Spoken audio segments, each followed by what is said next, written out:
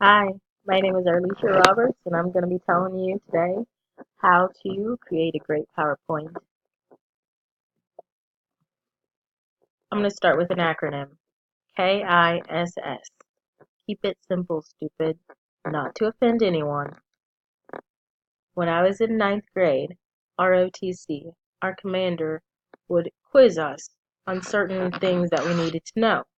When he noticed we put too much time and effort into our response, he would just say, keep it simple, stupid. And that's what I'm here to remind you of. It may seem a little harsh. I'm not calling anyone stupid, that's just the acronym. Here we have a field of flowers. Beyond this is nothing but empty space. Don't be afraid to use that empty space. It gives us time to grow and learn. Also, when you're design while you're preparing. We do not go in our cabinets and pull anything down and mix it all together in a pot. That would call for a very disgusting meal at times. We have an idea before we even turn on the stove what we want. Ice cream and corn don't go together, so you need to prepare and design at the same time so it can all go together flawlessly and perfectly. Also have a message. Have something that people can ponder on. Have an idea. Have something that you want to get across.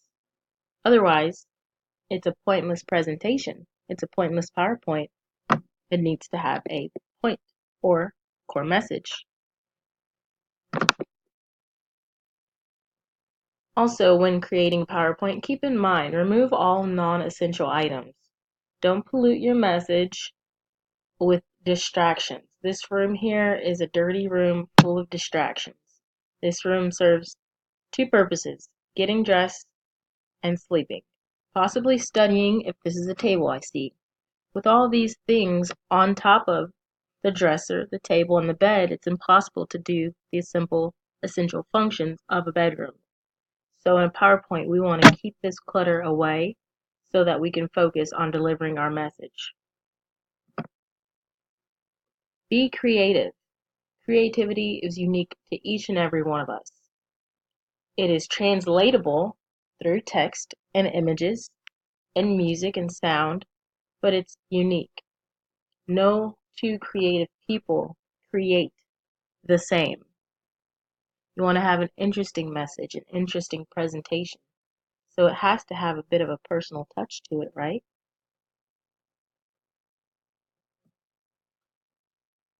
Last but not least, it takes a few other things to make a great PowerPoint.